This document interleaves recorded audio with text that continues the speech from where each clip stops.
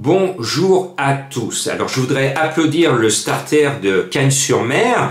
On retrouve les départs à Cagnes qui sont aussi catastrophiques qu'à Auteuil. Ce lundi à Cagnes, vous regardez la course et regardez surtout le départ. Les chevaux ils partent et les premiers qui s'engagent pour partir, ils sont déjà au petit galop de chasse pendant que les derniers qui rentrent sont au pas et que Mercinette a même pas fini de tourner, que les autres sont déjà dans la course.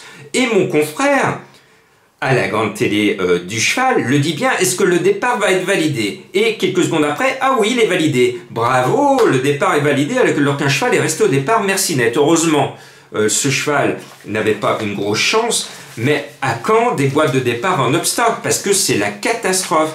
Et pour ceux qui ont joué Mercinette, qui sont fans de foin, dès le départ, ils savaient que c'était foutu. Et je trouve que cette course, dès le départ, n'était pas régulière. Ce mardi, à Chantilly, la crème des hippodromes, pour moi, je me pose pas de questions. Le 16, Cosmobo va gagner avec Maxime Guyon, parce que le handicapeur lui donne tous les atouts dans son jeu. Il a le 5 à la corde, donc pourquoi se casser la tête de temps en temps? Là, le 16 va gagner, point barre.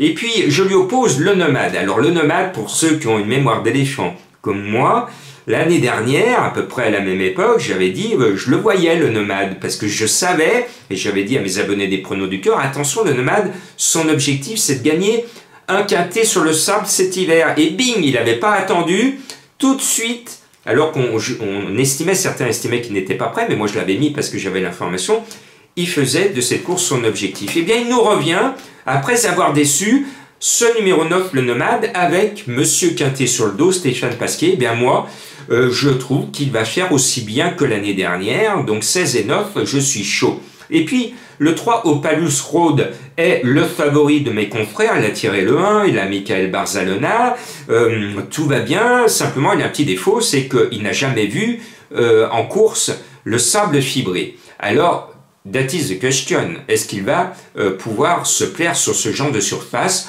Je pense que M. Béguinier, qui est un grand entraîneur, l'a testé sur le sable, il est confiant, moi aussi, mais il y a l'ombre d'un doute, et vous le savez que l'ombre d'un doute dans les courses handicap quintet au galop font que des favoris déçoivent pour laisser la place à de gros cotes. Voilà. Le 4, Bulas, il est mignon tout plein, un amour de cheval, 4 quintets dans sa vie, 4 fois à l'arrivée, 5 quintets pour moi, 5 fois à l'arrivée. Et puis, ce numéro 4, Bulas, je pense qu'il va bien courir malgré la surcharge suite à son succès. Et puis la dernière fois, je l'ai tenté dans un quintet, mais le cheval n'était pas prêt.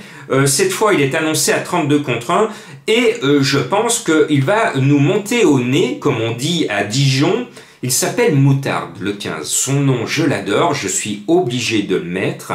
Et à 32 contre 1, c'est ma trouvaille à moi. Je suis confiant sur ce numéro 15. Il va forcément pimenter les rappeurs. Et puis, j'étais sûr, certain, j'en aurais mis ma main à couper, que le 11 allait être le cheval de Madame Colombo.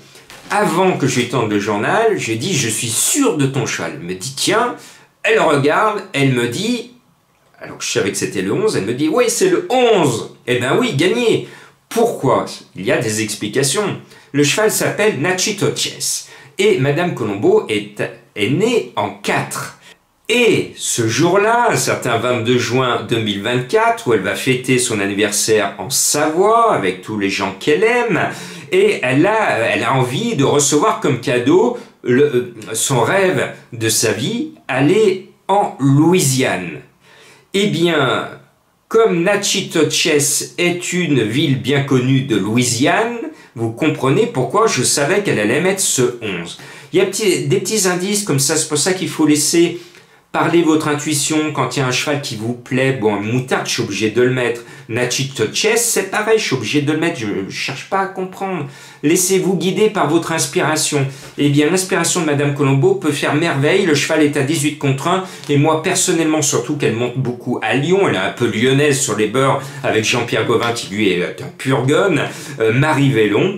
bien Marivellon peut sublimer Natchitoches, le numéro 11, et nous permettre, si l'on gagne, de nous payer un voyage en Louisiane. Chiche, on y va avec Madame Colombo? Allez, je vous prends au mot. Et puis je termine avec le 10 Dream for All. On va tous rêver avec lui. En tout cas, c'est un amour de cheval. Il est toujours en ce moment dans les 3 premiers. Il aime le sable. Je suis obligé de le mettre. Et puis, l'un des gros favoris de la course est un spécialiste du sable. Le 7 Central Park West. Il vient de gagner. C'est pour ça qu'il est un peu bas dans ma sélection. Il vient de se prendre une petite pénalité sur le nez. Mais c'est un cheval qui adore cette surface. Il brille l'hiver, tous les cheveux sont au vert. Pour résumer, notez les chevaux qui sont très avantagés au poids.